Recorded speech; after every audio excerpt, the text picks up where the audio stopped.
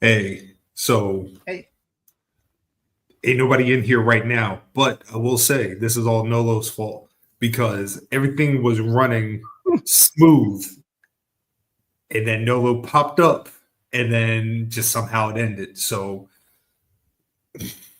you know what? This is gonna be another one of these times where um, a lesser man would throw someone under the bus for this, another person under the bus, and just not take the blame. So I'm gonna take the blame for my brothers. That it is my fault. If I was here on time, none of this shit would have happened. But I ain't make it here on time, so I will take accountability for what has happened. Nolo, your champion. Remember that. don't do it again, bro. Don't do it again. um, I don't remember what the hell we was talking about now. We were talking about the Street Profits. That's what we were talking about. God damn. And then we were talking about the Street Profits. Then someone that's in this stream right now wanted to talk down about me and have a fascist regime. So then, If you're gonna attack Chaz while he's not here, bro, then I mean that's perfectly fine. But yo, it's like that. that's cool. Okay, yeah, that's cool. But damn, we can go past the Street Profits because I think we touched on everything we need to touch on that. Yeah. Damn, let's see. Well, in the midst of like in a quick roll up, you know what I mean? What did everybody think of Speedball making the AEW debut? Woo! Good stuff. I really think it's interesting that at this point we have I really think that Speedball is able to do something really fascinating where he's able to take the gimmick or the act of being a martial artist and really making that work perfectly in 2025. I feel like his indie run in these last 2 years put in a lot of stock for him as far as to be like, can you see this guy on television? And also just stepping outside of that sometimes characteristically like you've seen him do in GCW with several people and but Speedball, man, is I think it's gonna be key for AEW in a mid card, seeing that they've just had a couple of exits. So I'm looking forward to what Speedball being I'm looking forward to what Speedball being on television now does for him and his character, and hopefully we can see him in some title pictures soon, man. So I'm looking forward to it.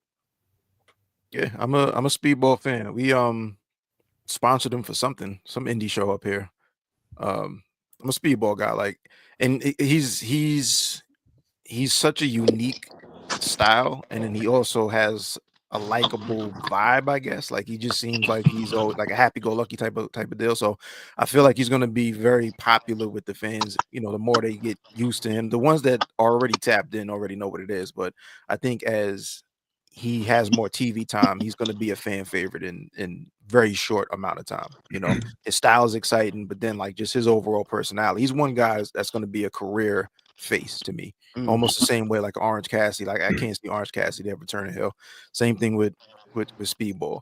The key there are the programs that he's in interesting enough to where there's enough to dig into. But Speedball, he had a hell of a debut. That was a great match, and all of his offense looks like it really does hurt, and that's going to go a long way with that AEW crowd too.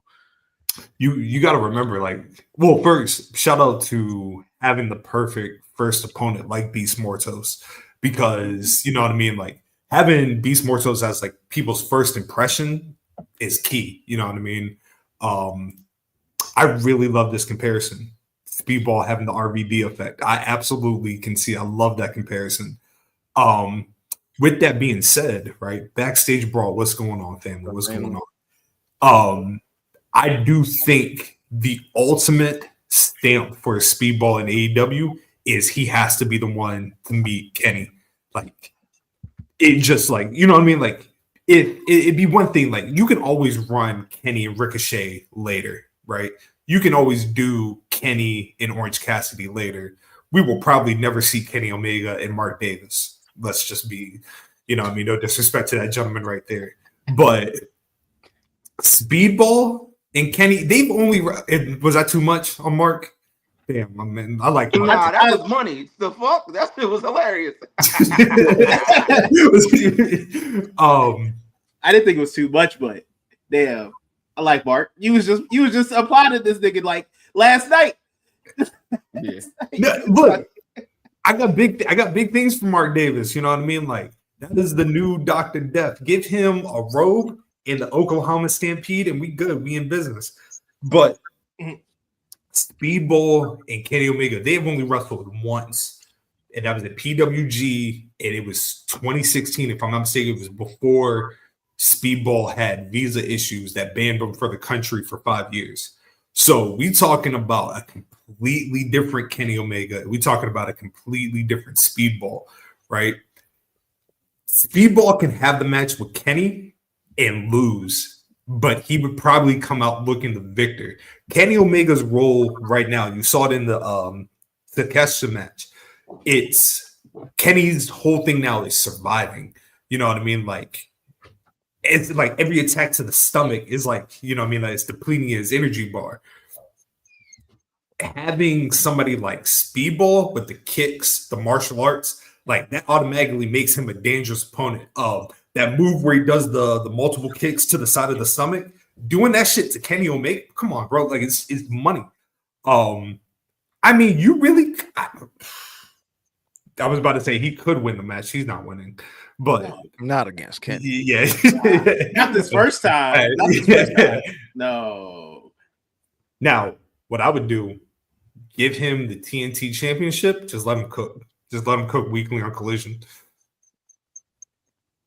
Yeah, you can't go wrong. Like again, he's so dynamic that it's gonna be. He's the perfect kind of guy. Matter of fact, for that TNT championship, because if you don't storyline him too tough, the matches are still gonna be exciting. And then the storyline is who's next up for Mike Bailey. You bring that TNT title back to really what it was, it's the call out title. So he's a perfect guy. Like, how does his offense match up against, contender of the week? And he does that for a while. You're familiar with him. And then you bring somebody in that whoever's going to dethrone him, you put him in a program with. But he's like, the most exciting match on TV should be his lane for a little bit. Yeah. And open challenge, a Speedball open challenge moves me, Bubba. Yes, Come on, bro. Yes.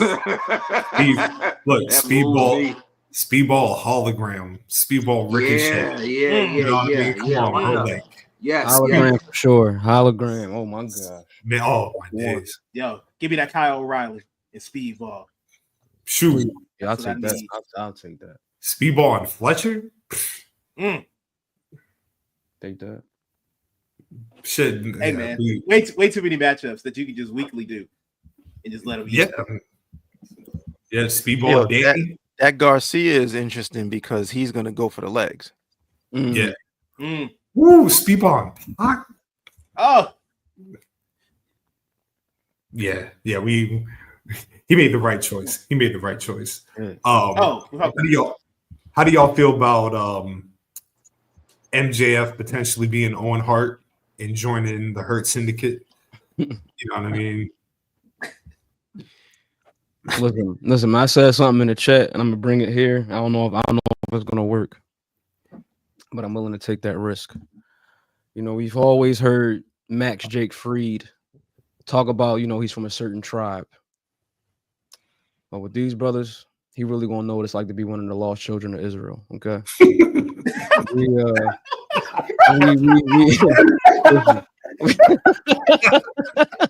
Listen. Hey, yeah. And I'm no BI. I'm no black Israelite. Peace to the brothers. But you want to figure out what's going on. He figure that out. Get into that dojo with that boy Shelton. Let's figure some things out. You mean to tell me that they about to have him watch the Hidden Colors? Man. Okay.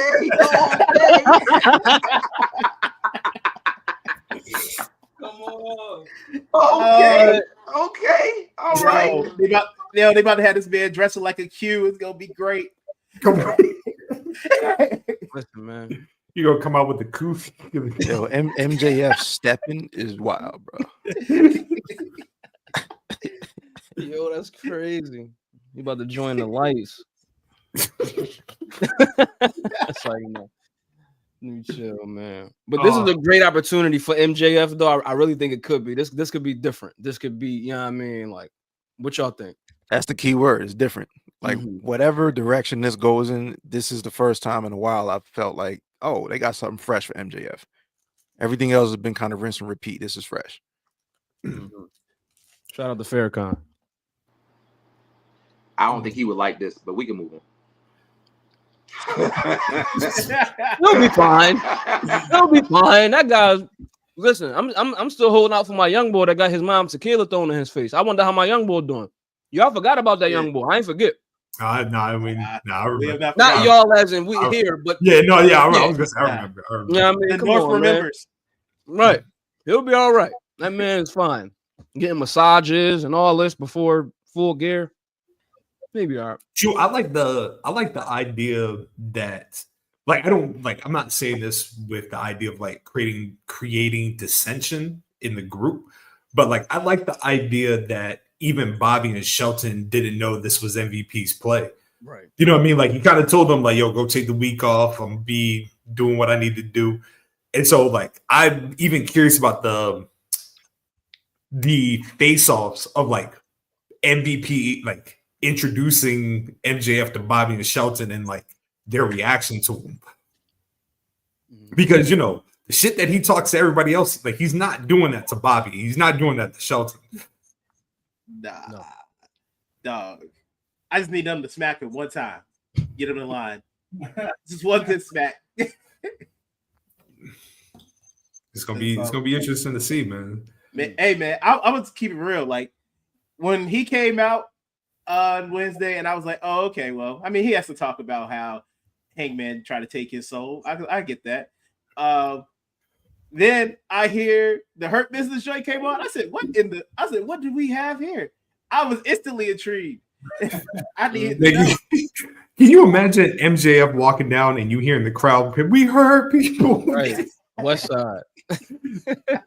That's nasty business, man. We about to get a fourth rope MJF shirt. Let me see that. That would be fire. That actually would be fire. I think that, when he was bleeding with one of them, I don't know, from the Punk match or maybe from All Out. I don't know. Either way, that would be fire. Yeah, West Side Gun bringing out MJF coming down in the entrance. Pay-per-view. Yeah, like Buffalo and Long Island link up is wild. Mm-hmm. You know, I'm gonna say something. You know what I mean? That I've never said publicly on BGW platforms before. My favorite version of the Nation was the one that had Owen Hart in it. Yeah. It felt complete. That's what. Yeah, that is. Not to do that because it's but you know, he not American. He Canadian. But that is Hampton, Virginia history right there, my boys. You know what I mean? I was there live, 8-year-old. I was there to see Owen Hart turn on Ken Shamrock and join the Nation. The shit was beautiful. Mm-hmm. That's how I knew I was built different because I was cheering my ass off. I was like, yeah. Look out of here, Ken. You're right. Oh, shit. Yo. Jamal being featured. JT's good. Oh man. Hey, look, I'm gonna pass the baton. Chaz, you got winning business on deck, so talk to us, my good brother. I got notes. Hey, got the journal. 2 for 2. Yeah, nigga got the death note in this shit. I do. It's still there, bro. I'm gonna keep it. I'm gonna ride with the theme. I like it. So yes, women business right now has just been at an all-time premium, and I just want to make sure that we give them their flowers, especially during Women's History Month. You can go damn near majority of the brands that we know, WWE, AEW. I was about to say TNA, but we saw something that we shouldn't have seen last week, so I'm gonna move on. AEW, WWE, Ashe Wrestling, obviously. ROH, Athena still holding it strong.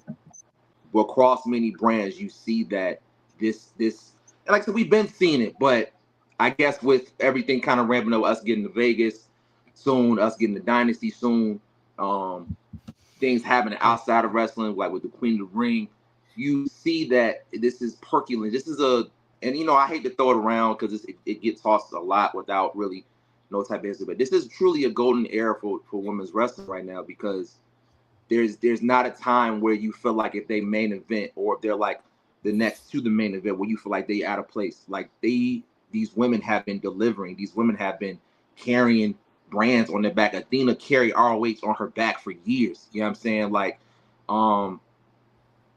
Bianca, Jade, Naomi, phenomenal storyline.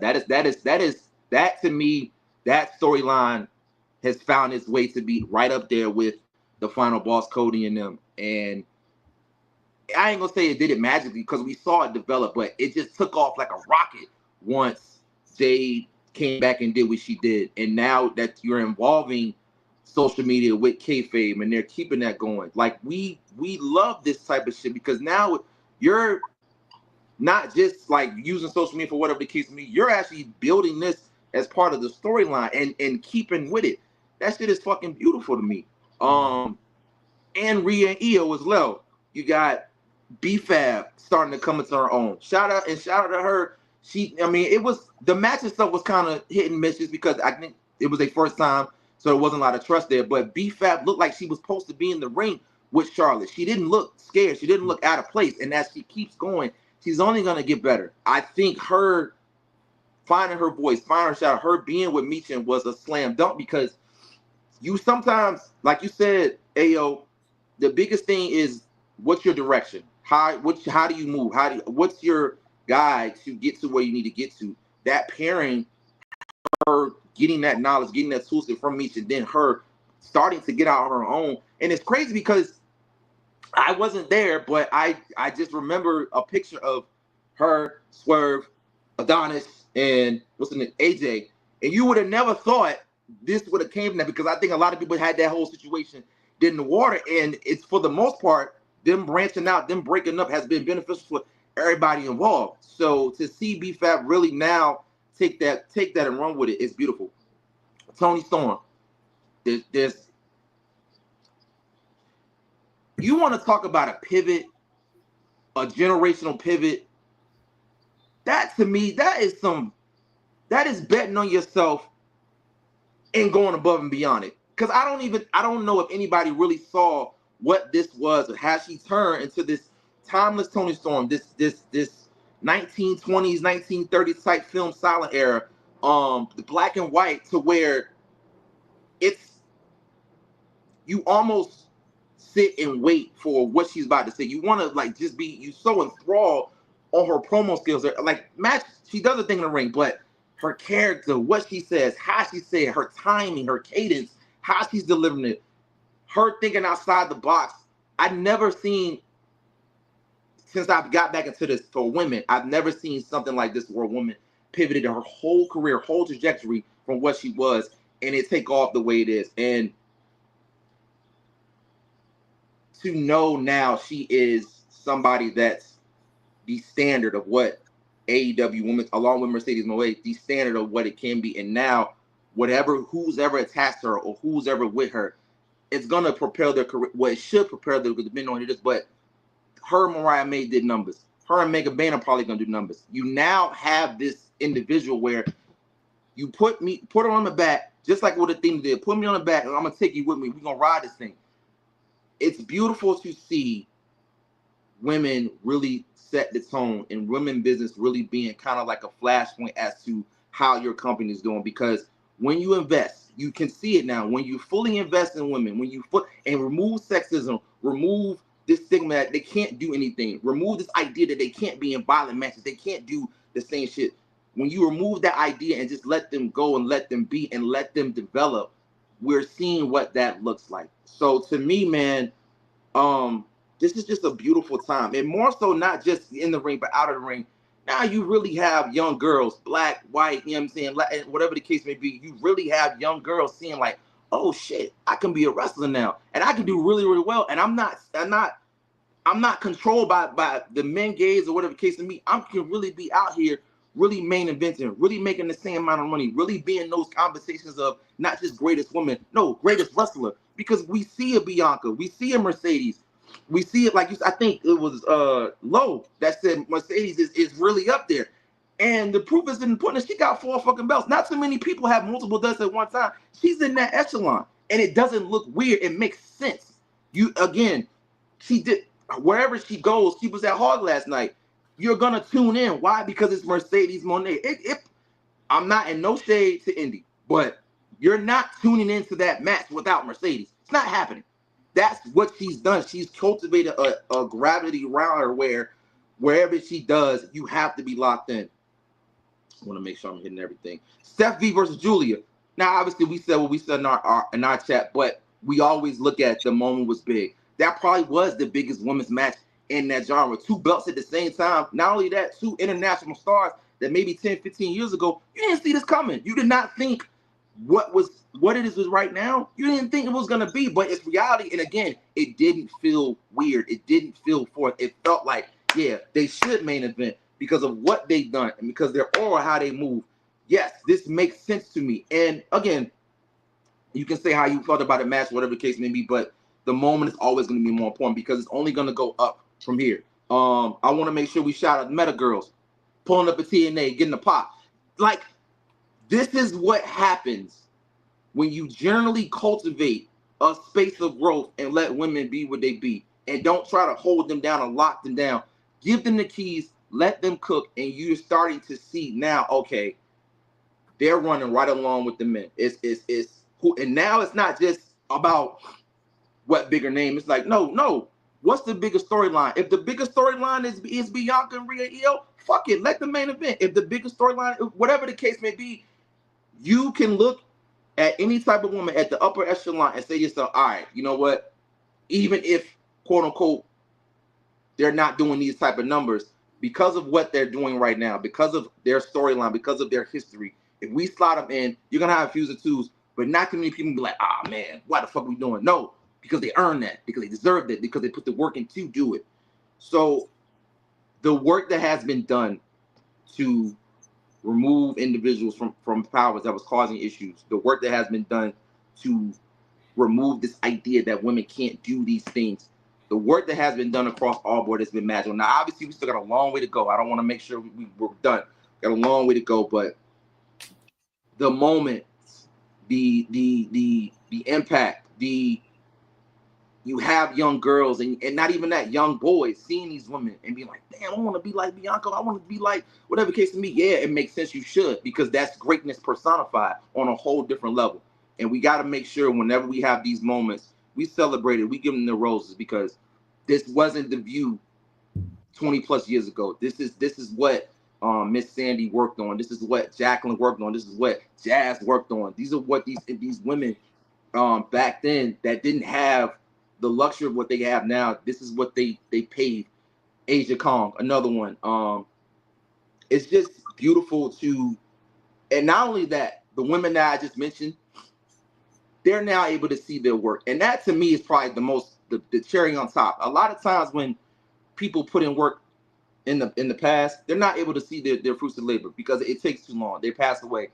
These women that I just mentioned, they're able to see their fruits of labor, and I just know they sit back and like, man, we really cultivated this. And I know and I can feel when you're watching somebody you're proud of, but even more so, you're able to really sit and just be in the moment of, I never saw this coming, but now that it's here, I'm overjoyed and I'm just thankful that I was able to be a part of what this legacy is going to build. And the best thing about it is it's only going to get better from here. So shout out to the women. Women business is cooking, and business is booming. And they look good doing it too. I ain't gonna hold you, you know what I'm saying? But that's another conversation. Another day, you know what I mean? You know what I'm saying? But yeah, that's all I got, baby. Yo, you mentioned House of Glory last night. I just want to say real quick, Mercedes Moné was the power that you talk about, that the women are developing and have developed, and the amount of recognition that they're getting, bruh. And I tell you, I've been going to House of Glory for about somewhere around 10 years. Yeah. Give or take a year or two, this way or that way. I've only one other time when Swerve was there, was the only other time that I've seen that building that packed. That shit felt major, bro. There were people on the timeline that I was coming across that were talking. Yeah. I got a funny story about that live. So I took that I took that live off the X, right? And I uploaded it to the Ringside Club YouTube last night, a little after midnight. Couple hundred subscribed, like I did some numbers. And then came that copyright strike from House of Glory that said, nah, my boy. Nah, my boy.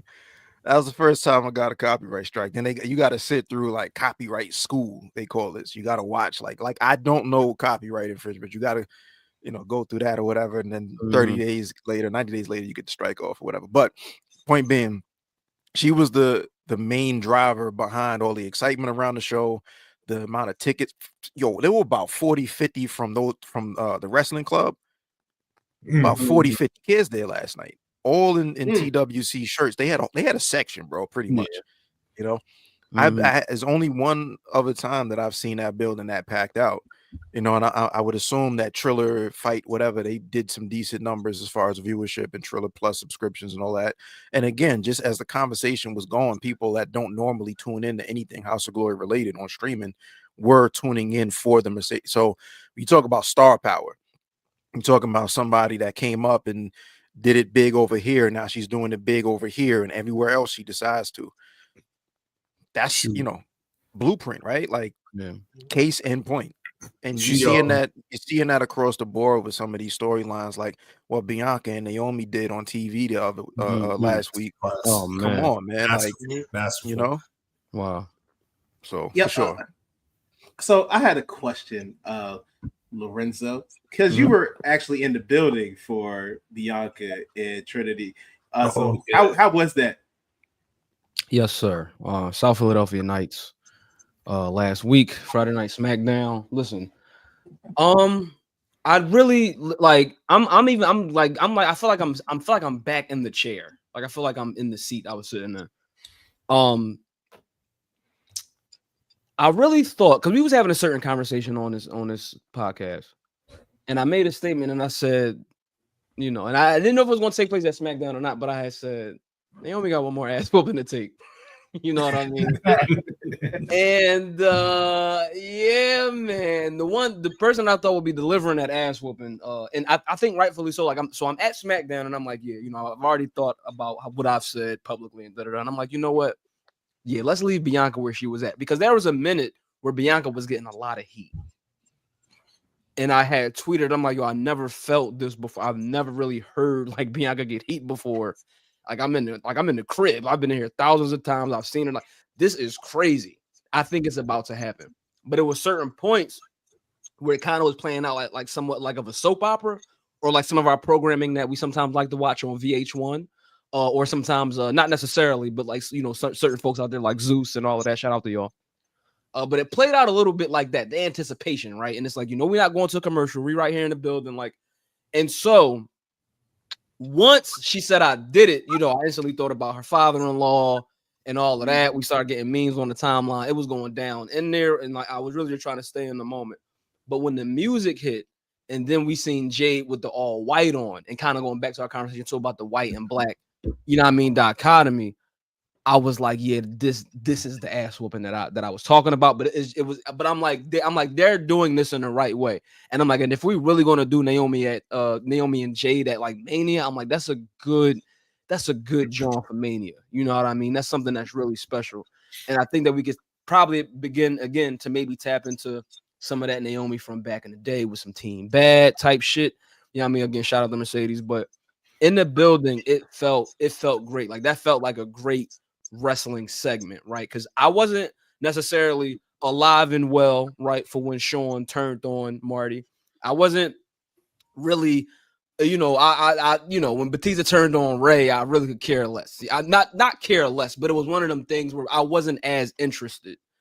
It was just like a thing about the Ray and Batista thing. It I don't know, it did something. I had my Ray Funko Pop here as a joke, but it's like the Ray thing kind of, I don't know. But being present that night, for that segment, like and like that was an all-timer, like in the building. For night, like I did it from Naomi and like the tears and like that shit was dope. Yeah, I mean, I thought they executed it well. Jay makes her entrance. She pull up. You know what I mean? The parking lot, steps out, and the music don't hit until she get the gorilla. It was perfect. It was very theatrical. It wasn't too earnest. It was beautiful as a pro wrestling segment between those black women. You dig what I'm saying? Like all, nobody, no, all black people.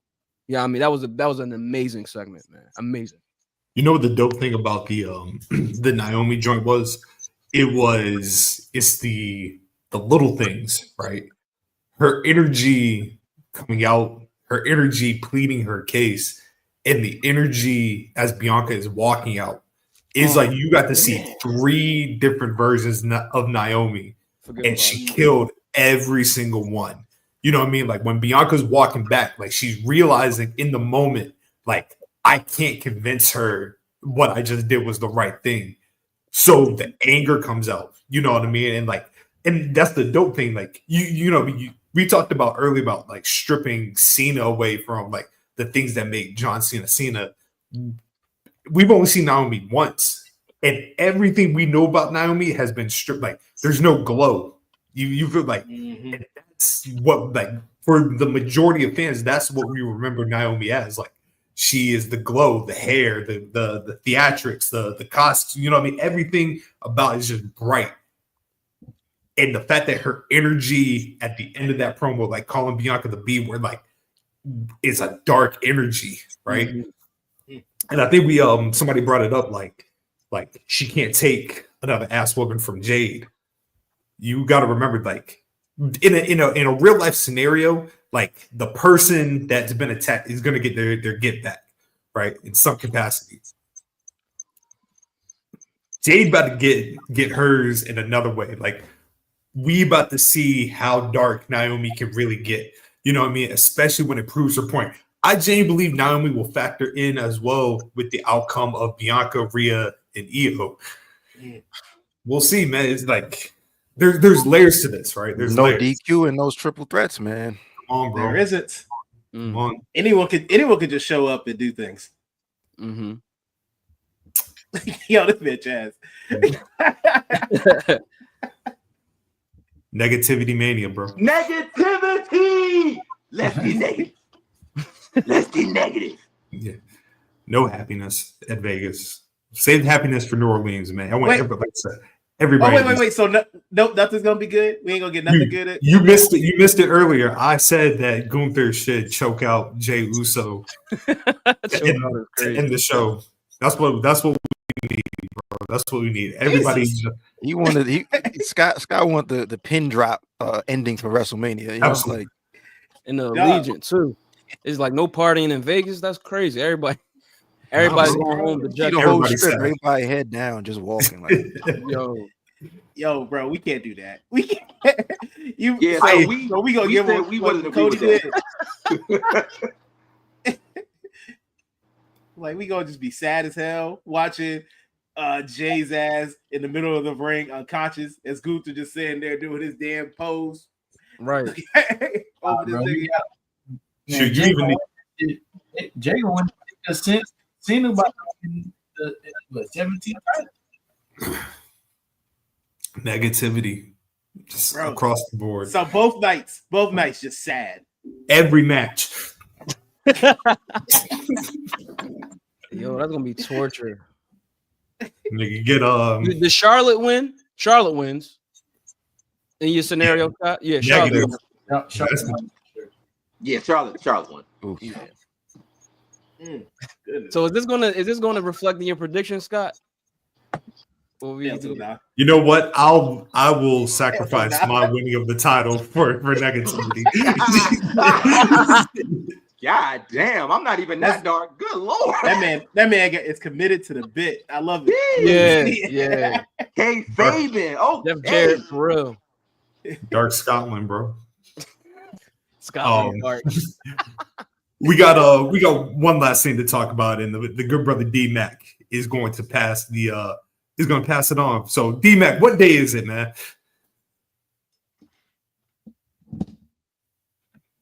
You on mute? On mute, bro. Shit, I had froze for a second, but yeah, man. Today is 316 day, man. Austin been a big focal point of, you know, our wrestling lives. My granddad, that's his favorite wrestler. Mostly because my granddad liked to drink beer. Shout out to my football, man. That's a good man. You know what I mean? And that was one of the, that alone, him, his favorite boxer was Mike Tyson. What and Monday I stayed in the projects, and if y'all know, back in the early 90s, man, we had that TV box. Y'all remember that TV box? That you know what I'm saying, they had a certain channels on there, and I was just begging April Paul, hey, I need WrestleMania this year. I need it. I need to watch it. And he took his hard-earned money that month. And I would hear him, my grandmother, you know, argue about, like, you getting that boy that WrestleMania, you know what I'm saying? Spending the money on that. And they did it, you know what I'm saying? I'm very appreciative of it. But his favorite wrestler, he wanted to see, like, how Mike Tyson and Steve Austin gonna be, you know, like in the same area without anything happening. And so that would kind of spark everybody watching, you know, wrestling, and giving me the main control of flicking the channels between, you know, Raw and Nitro on Monday nights, you know what I'm saying? And the big fixture was Stone Cold and Goldberg, but today we're talking about Stone Cold. So what was y'all biggest Stone Cold memory? Mine was the night that Stone Cold and The Rock was on that bridge. And Stone Cold, man, Boston or Detroit ended up in that doggone water. Like, and I was trying to figure out, like, damn, did he die? Like, can he swim? Where did he go? Can he swim? Man tuned in for a wrestling program and saw a death. Right. And so that was my biggest picture. And back into my my off the wave days, you know, we did a photo shoot, and we had found a young brother, shout out to Camden. He did like the bleach blotching the bleach blotching shirts, and they had the reverse Stone Cold shirts back when they had the smoking skull on the front, and on the back it had the Austin 316.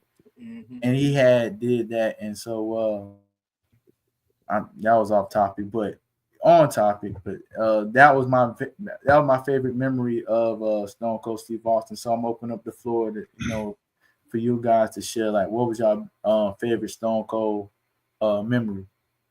So I remember the one that really stands out, like, especially like as a kid, was definitely the Brian Pillman, the gun angle. That was cool. And oddly enough, it wasn't the Chad.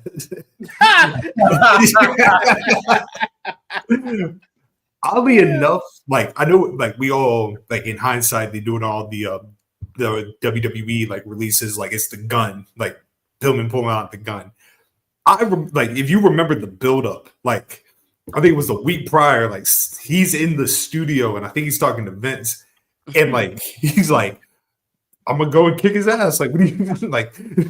Like, I'm about, like, I don't care if he's in a fucked up angle, I'm gonna beat his ass. And I remember distinctly about that entire joint when he gets there, and like Kevin Kelly's on site, and they pan to the camera, and Steve Austin is beating the hell out of Brian Pillman's friends. And all I kept thinking as a kid, I was like, there's two of them and one of him. They're not winning. Like, he literally takes the black dude and like tries to drown him in the pool. And then proceeds to just break into the man's house. Like, that's awesome to me. You feel like, and like, I know we've talked about it in the past about Steve Austin in 1996, just in general, and like where his hunger was. But like, can you imagine, like, I mean, I guess it's hard to do, but like, can you imagine if he went that entire first year as the ringmaster for Chili McFreeze, what they were going to call him? Iceman. Fang McFrost. Fang McFrost was crazy. Oh, man. Yeah, Man, it sound like the bigger McFlurry, you know what I mean? Like, Wait, the extra for it. The Halloween edition McFlurry, the Mang McFrost. It's cool.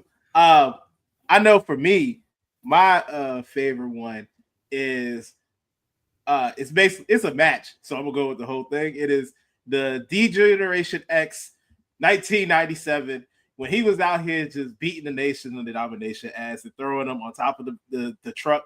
Because I was trying to win that. I was trying to win that truck, bro. I really wanted it. I really no DL. No license. Nothing. Bro, what was 97? I was 9. Nigga, I was 7. Like, I can't get this damn truck. I was sad as hell when I saw that old white people want that damn truck. I was like, yeah, that was mine. But they gonna do that shit. Exactly. But nah, my man was out here throwing people, doing back body drops onto the windshield of the car, out here stunning my man's on the top of the truck. D-Lo. And it was just absolute, yeah, it was D-Lo. I know. Oh man, damn, it was it was absolute chaos. But as a young 9-year-old, couldn't tell me nothing, man. I was having the time of my life watching that. Man, I got two. I think that we can't go without mentioning Supermarket Brawl tonight. I just want to say that Supermarket Brawl was perfect. We saw how Austin was able to interact with people in the world outside of like him and wrestling before, but I think this is the best example. And so getting this on TV, and I was this 2001 or 2002? 2001. It was 2001. Okay, cool. And just the way that SmackDown was presented at that time too. We were now getting into like the new, you know what I mean, like look of what like wrestling looked like and how wrestling is interacting with the world in this new millennium. And I just thought it was great. Like even like the small shit from Austin, like price check on Jackass. You know what I mean? Like that was funny because we know that Steve Austin calls people Jackass. That was probably the most entertaining moment that he ever had, like in, you know what I mean, a non-match situation or whatever. And Booker, I know Booker recently had some comments about it. I might go back and check that out tonight. Some insight on the segment and shit like that. But that was well executed. I remember being a kid, like, yo, like they really doing this in the market. Like this is like you can't do that in the market, but like they like it's Stone Cold and Booker T, so they gotta handle their business, right? So it was just like that shit was crazy. Me watching that at 8. But getting back to 1999 WrestleMania 15, South Philadelphia Knights. I hadn't seen Austin yet in my life ever. At that point, March 23rd, 1999. First time I seen Austin. Now, you know, WrestleMania 15 was a particular type of night, depending on the type of wrestling viewer you was. Again, I'm a 7-year-old attending WrestleMania for the very first time. In my city, 19,000 hot Philadelphia fans. You know what I mean? And I'm a kid. I'm one of the smallest people in the room. Everything feels electric at that time when you're a wrestling fan, right? And so, as we know, Rock comes into WrestleMania 15 as the champion. The corporation was banned from ringside, and so we knew that we was in for like a good, like, bro, a good match. And the way that everything felt before Austin came out. Now, you know, Austin doesn't come out with the belt. He has on the t-shirt. You know, he's challenging in this match, but he has on the t-shirt where he's throwing up his arms, but like his arms are rattlesnakes. And he has, and on the back of that shirt is the "Expect No Mercy" slogan. The feeling I had when that bald head motherfucker from Victoria, Texas came out, that you couldn't tell me he wasn't like that was one of the most electric moments of my life. The glass shattering, you know, the short, you know, WrestleMania sign, and just the way, like the all black trunks, black shirt, no belt. You know what I mean? He lost. He about to get it back. You know what I mean? It was 17 minutes of pain that they put in. Not their best match. I really think that 19 was like it meant something to me watching 19 from Seattle Safe Cold Field. But like being in that building and like when his music was playing, man, like that was the best feeling I ever had, like as a wrestler. And I finally got to see Austin. You dig what I'm saying? Like, and it was at Mania against The Rock, and one, you know, and probably some of our, you know, it's probably some of our favorite rivalry. Yeah, I mean, a lot of us, you know what I mean? So that's my favorite Austin moment, man. Being an almost 7-year-old listening to that glass shatter at Mania 15 for sure. It's so impossible for me to pick, right? So I'm a rapid fire a couple at you. One of the most recent ones, and like a lot of people don't realize how, like, Austin is funny, but he doesn't really get talked about as being a funny guy. He's a funny guy. Yeah. That Give me a hell yeah during the pandemic where Oh it's my an empty God. arena, Yo. and then did it twice. Like, Yeah. hilarious. So that's one of mine. That there's a period in '96 right after Sean lost the title to Sid, all the way through Mania 13, where the world title picture is pure chaos. And it's just like, remember, like he interfered in the Rumble, speaking of Austin. And then you have that final four where there's a vacant title. There's Brett and Sid, and Vader's bleeding out half his face, and Austin, match. just pure chaos. And obviously that leading up to the submission match with Brett. What can you possibly say about that match that hasn't already been said?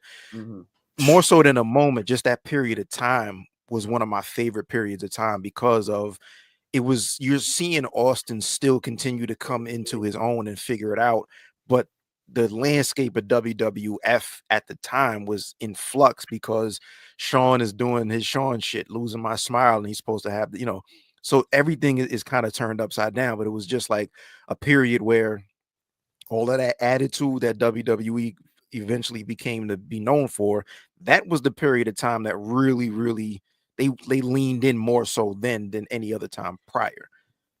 And the last thing I'll end on as far as Austin, a lot of times people are getting these conversations where it's like, yo, if you could recommend one wrestling match for somebody that hasn't seen wrestling before, what would it be? 1998. Over the Edge, Stone Cold Steve Austin versus Dude Love, where McMahon is the special guest referee, Gerald Briscoe, Pat Patterson are the ring, the timekeeper and the bell ringer. It's a no holds barred match eventually, and if you haven't seen it, you'll see it and understand why I'm saying that. The whole set was just a bunch of old cars on top of each other. So they're rolling on top of old cars and back body drops and whatnot. Undertaker makes an appearance. I believe it was in Milwaukee, and the loudness of that crowd, like, it's an amazing match that was probably already a 10, and it gets taken over the top just because of how into everything that you wanted that crowd to be into they were. Watch that match and you can't tell me like that's not one of the best matches ever. And that's pure prime Steve Austin, right? He's in his first run as the world champ, and he's just doing his thing, and he's in this battle with the evil regime, and they're trying to, almost cartoon like, I'm trying to throw everything, including the kitchen sink, at this guy, and he finds a way to overcome at the end of it. So, like, I could do a whole, laundry list of these moments, matches, periods. Like, when I tell you people, I compare Austin to 50 a lot, right? 50 before the shooting was much more of a technical rapper. And then look at Steve Austin before the neck injury. Before it was way more about the character work, and then the neck, and he had to change things. There's so many parallels between Austin and 50 that it's very, very interesting. The heights, you're not ever probably going to see another rapper hit the same one album, dog. You know what I mean? And he, man, it's 830 the first week, 830 the next week, and up here, bro, that was February. And I heard him playing in cars outside. Like, it's cold. There's nobody outside, but anytime you were outside, you heard nothing but, and it carried on for the rest of the year. Even prior, before the albums dropped, there was nothing but G Unit radio, playing, and 50, mixtapes. When Wankster hit, forget about it. The joint with off of the Bad Boy soundtrack with the big verse. And then he came back with the Pac joint, both over Red Spider beats. Oh my God. Man. You feel me? Like, yeah. So there's a lot of power, like that G Unit radio series I look at with Steve Austin was when he was stunning all of the McMahon and JR when they wouldn't let him wrestle. That's when he really, really started to heat up, right? Go back further, that How to Rob that made a real big impact and put 50 on the map, Austin 316 promo. This is like, I'm here now, I'm stamping, I'm putting my flag now. You know what I mean? Smiley, what's happening? Peace. That Royal Rumble win in 98 was like the deal for 50, right? When he got that shady deal, now it's already stamped, it's already been decided, it was written. I am the guy, So there's a lot of those parallels, but like the heights that Austin took it to, you're never going to see again. I mean, just the nature of the way that media is and the way that we consume things, it's impossible for things to get that big. You're never going to see that again. And the same thing with 50. You're never going to see like that level of a superstar. There's too many people on their phones for somebody to get that big now. Too many different directions to divert your attention. But like Austin all day is just good moment after good moment after good moment. Like think about the feeling. Last one, I swear to God. The mania before he retired, right? Yeah. When he finally came back after we was talking earlier about he dropped the ball and they did that whole smear campaign. When he finally came back, and then you saw now Hollywood Rock comes out. There's a moment, one of those segments where Rock sneaks up behind him and decides not to hit him because he wants Austin to turn around and see him. And then they have that standoff, and you hear JR on commentary. Oh, now we're talking big money right there. I get chills every time. Every single time I see that, I'm like, yo, bro, cinema. You want those words cinema out there? Kid, come on, bro. It's great because Jim meant that shit. Yeah. he wanted that shit. Oh, that's Jim money, right? Yeah. Jim knew what that WrestleMania payoff check was about to look like. It's like, we got the man back. I could put some rims on the truck now, bro. Right. And I'm gonna call the shit out of it. And I'm gonna call it. Yeah. And I'm gonna call it. And I love how a lot of people wanted that final send-off, I think, for Austin, just to kind of do what they're doing with Cena right now. I like the fact that nobody knew. Because you didn't have this elephant in the room. You just Austin's going out. And to me, it made The Rock winning more. It wasn't as predictable. You know, they have these matches and it feels like Stone Cold just is the guy that has The Rock's number. And if we knew that Austin was going to retire after that match, you know that he's going out on his back. We didn't know. And then when he took that first rock bottom and he's curling up, and nobody could sell like Austin, by the way. He looked like he took a shotgun to the stomach. He's curling up in the fetal, like it's diverticulitis time, bro. You know what I mean? So like it just what can you say about Austin that hasn't already? There's a million moments, a million moments, but those are a couple that stand out for me. And not to step on you, Chaz, but to kind of caveat on what you were saying too, AO, the duration of 50's run and Austin run, like my office partners, they casual fans, so I bring up wrestling every day, all day, bro. Like when it's a downtime, and one of my office partners, he's really, he's smart and with the business, whatever. And he was like, "Nah, Austin, that junk lasted forever." I was like, "Nah, it really was like 2-3 years max."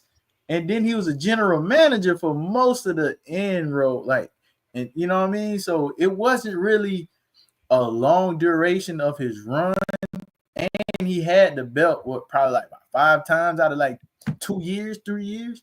So just the impact, that right. 50 had brought into the game, because he had Get Rich or Die Trying.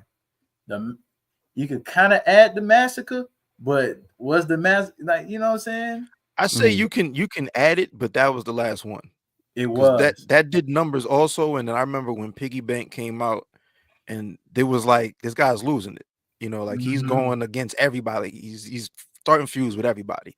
Austin comes out and stuns everybody. Like, right. Don't trust anybody was the motto. Yep. And then also his run is very short, considering the fact that he was out for like a full year in the middle of that. That's a chunk. And then before Chaz speak on his favorite moment, I just want to add an honorable mention. It's not like a big moment, but it was something that's like funny to me. When they had that 6-man tag, and he threw that trash can at Billy Gunn. That was not on. Right. No, that shit was so fucking funny, dog. That shit was funny as hell, bro. But my bad, Chaz. You got the belt too, bro. That's fine. Nah, I was enjoying that shit. Y'all was cooking. That was fun for me. More of that. I have 3 significant ones. The first one, obviously, anytime Rock and Austin got busy, it was must see for me, no matter what. Again, I have moments in my brain in my childhood that's like always a flashpoints. them fighting when when he threw him off the bridge. That's a flashpoint. Obviously the beard, the spraying of the beard. That's a flashpoint. But just always rocking Austin was just when. I think for me the biggest thing now that I'm in this space where I understand like moments and storylines and pacing and all things, it was never a time where they never did not understand the assignment. They always understood it's 1A and 1B. And then depending on who you talk to, whoever you want to talk to, it's 1A, it's 1B. Right. We understand who we are. We understand what we are. I remember watching, I think it was A&E. Yeah, I think it was A&E. And he was talking about his rise and how for him, he was huge on what's best for business, right? What's best for the game? How are we gonna move this game forward? That's why he dipped. That's why he didn't want to face Brock, because he was like, nah, this ain't good for business. I'm out of here.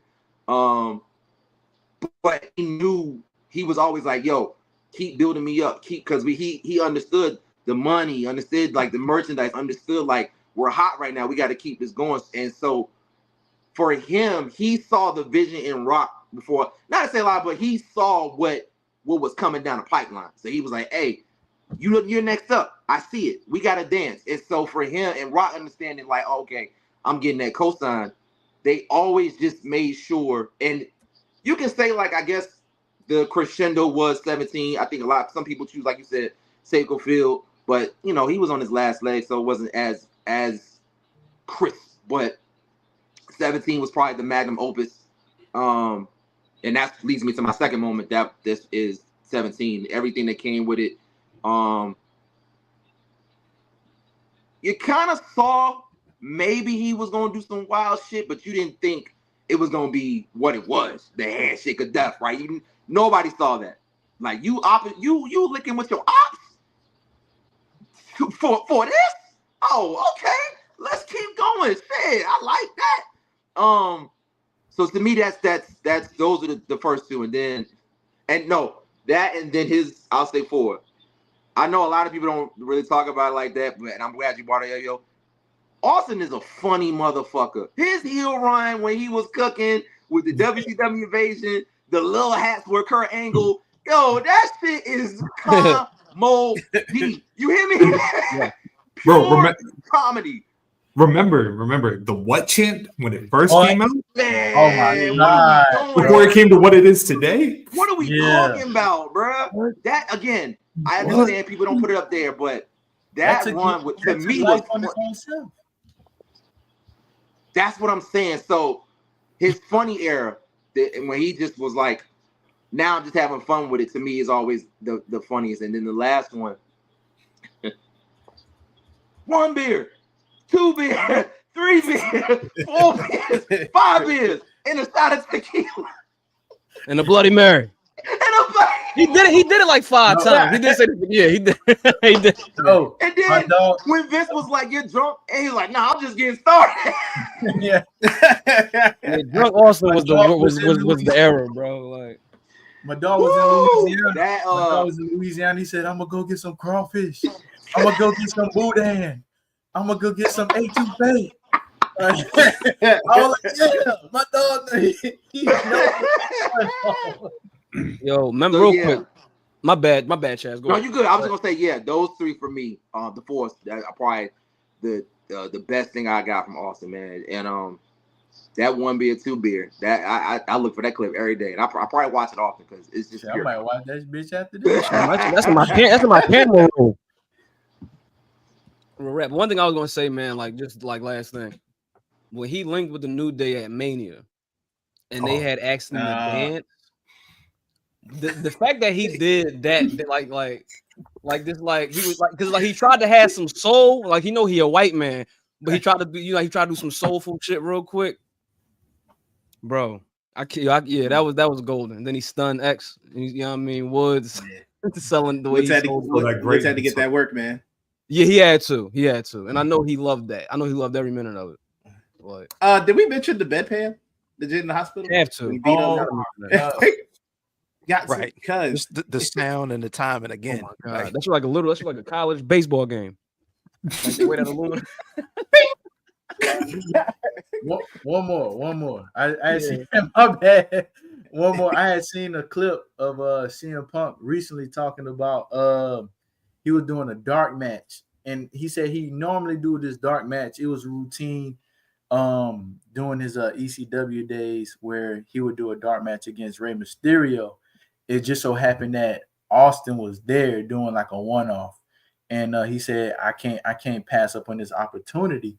So he went up to Austin before the end of Raw, and he was like, "Hey, look, you want to do something? Like that? You want to do something to make these people to go home happy?" And Austin was like, "What are you thinking about, kid?" He was like, "Hey, look, do you feel like giving these guys some stunners real quick?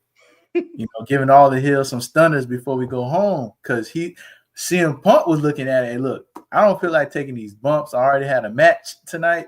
I would love to take some stunners with you. So he had to hurry up and scramble and get the guys because they all had red eyes to the next town. And so he went up to like R-Truth and Miz because they was a faction at the time. And he said that everybody complied. They was like, I'm down. And so like so he had got everybody as soon as the match started, all the heels came and beat up Rey Mysterio because they was in San Diego, matter of fact. And then the glass break and Austin gave like everybody these stunners. So that also adds up into the fact that he does best for business because him losing to Brock, that would have been great, for business because he was on his way out. And I'm talking about not for like a tournament, but far as like if they had a duration, like I was talking about the tag team division, like let's build up on this and then have something meaningful. That was almost Goldberg and Hogan at the Georgia Dome. Did it work at that particular time? Yes. Because Goldberg is from Georgia and he had the undefeated streak, whoop-de-whoop. But for Brock, he didn't have that same feeling. So I think that's why it happened. But I think he would have did it if it was, a build up to it. So he was always good for business. But I think that, that's something that we should mention as well. Stone Cold, man. Can you imagine? Max, good topic, bro. Yeah, man. Can you imagine if Stone Cold doesn't recover from the neck injury in '97? Like if SummerSlam '97 was like the last match of his career, like how different the business would be right now. Oh man, that's that's an episode. WCW up, baby. To be honest with you, bro, I think WCW may have went in the same trajectory. I really don't think pro wrestling would have been what it was if that. Like, we talking in hindsight, but like you gotta think of the domino effect of all of that. You know what I mean? Like that's just as crazy. I would love to do a fantasy episode like a what if. That I think that changes Sean's direction, right? Then Sean probably doesn't get hurt against Taker. Absolutely. The screw job doesn't happen. That main event is completely different, and Brett probably doesn't even lead an E. It definitely changes the Rock trajectory. I think he probably still, would have did his thing, but Rock needed Austin and vice versa. Exactly. So I will say this. I will say before we all wrap up, this main event between Cody Rhodes and John Cena, if the Rock is in the ring during that match and we hear the glass shatter, you are going to hear I got goosebumps just thinking about it, bro. Like, listen, bro, you don't have to be in the room with me to hear me. I'm screaming. Right. I'm gonna be so mad that I'm not there. So bad. And it's going to depend on when it hit, like a certain point of the match. If it's going to depend on the booking of the match, and depending on the particular detail when it hits. Yeah, this is, and I'm kind of glad. you know, granted, I talked about 15 and seeing, you know, Austin at 15, and then, you know, I had, you know, getting back to Mania in our city, and it would have been dope to hear that glass shatter instead of the bell. The bell was, I mean, it worked. Like you know, I said it once, I'll say it again, it worked. But I think that this is probably the move. You know what I mean? Like save it. He said he didn't get the call yet. I mean, well, last time I think Hey, wait, hold on. But he going, He got confirmed this morning to be at WWE World, so he will be in Vegas. I heard enough. He will, but that don't mean nothing. That don't mean he will be at the show. You know what I mean? It Austin doesn't. seemed like the type of nigga like, hey, did the check clear? Can I go home? I got cats. You know what I mean? Like, Like that, I'm going to circus. Cats and 1 beer, 2 beer, 3 beer, and some. that's what I'm saying. Like, there's no guarantee. There's no guarantee. I'm going to Dreas. Let's go to Dreas. Well, look, gentlemen, between the stream ending, we've damn near went 3 hours tonight. Yeah. Already a legendary episode. Let's give it up to Ayo for hopping on with us. You know what I mean? Always at the table. Appreciate y'all for having me, man. I got an idea that I got to chop it up with the fellas RSC about for Mania, but I'm gonna link y'all into that because I got an interesting match by match idea that I have. So yeah, we'll be talking. Shoot, we came up with 4 show ideas just in this one podcast alone. Yeah. You know what I mean? Ayo, tell people where they can find the new Everything is Wrestling trucker hats. Let people know where they can find you. Any big projects coming up, the floor is yours. This is the big one right here, man. Right now, currently, pick up that Everything is Pro Wrestling leather trucker. That's at WrestleHats.com.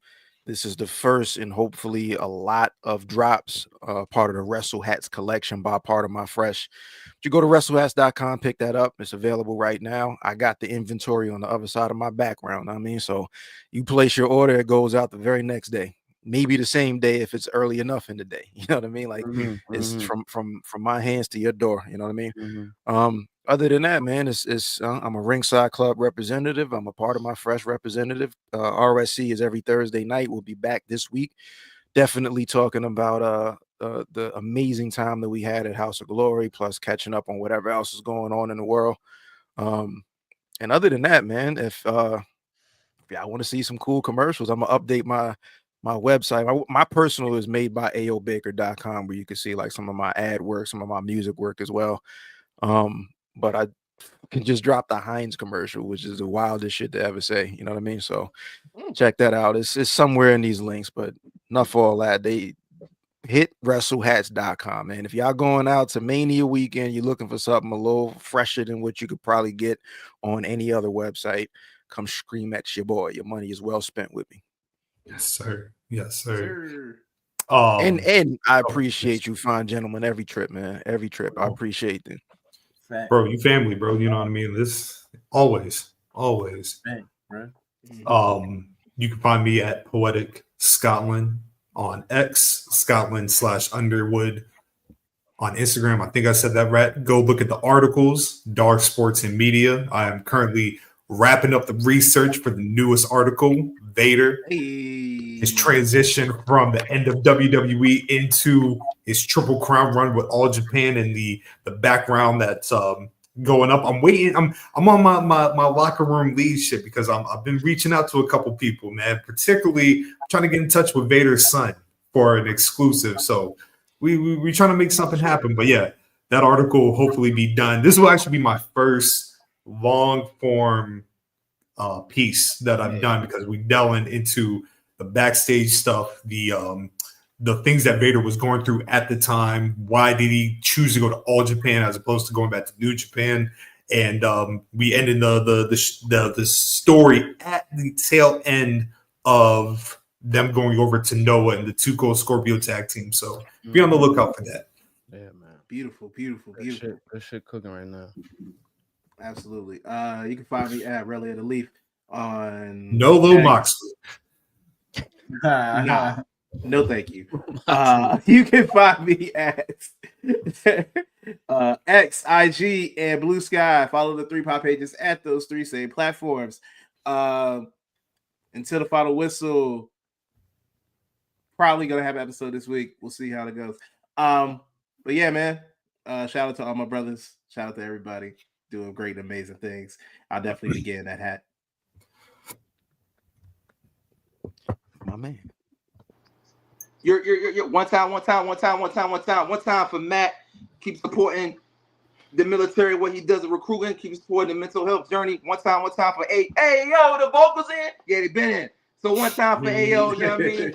Please support that. Please support Ringside Club. Please buy a hat. Get the money up, get the merch up, keep pushing the culture forward.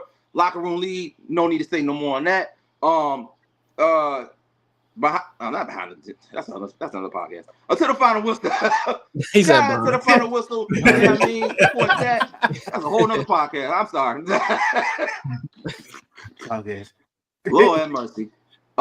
Scotland, poetry, articles. Need I say more? Do that. Support that. And I want to make sure that I take the time to say that because my video went out that I did for Montez, that's why they want to tag team titles, because I put it out in the universe and nobody's going to debate that. Nobody needs to debate it. Nobody needs to talk about it. You know what I mean? You know what I'm saying? So that's where we at with it. But yes, thank you for supporting that. That was definitely a fun time to make. And the next one will be, because we love him so much, the immaculate, the boy wonder, Mr. Jeff Hardy. So yeah. Other than that, that shit might go diamond. Yeah. That shit might go diamond for real. Tazo B, IG, my man Zo, Twitter, Blue Sky, my man B. I ain't up there, just a placeholder. Well, you used to could find me at your favorite brunch spots, buying your old lady a mimosa towel. But Towel.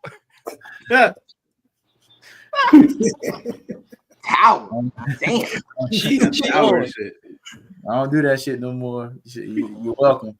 So you can find me at DMacTardy on Instagram and Twitter, man.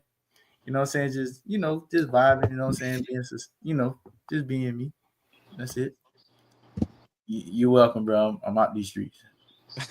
Right, let's trouble for y'all boys out there, man. Yeah, y'all got it. You already know what it is, man. First off, I want to thank my boy Ayo for coming on. Thank you so much for all your generous contributions to our platform and to other platforms, to our whole community.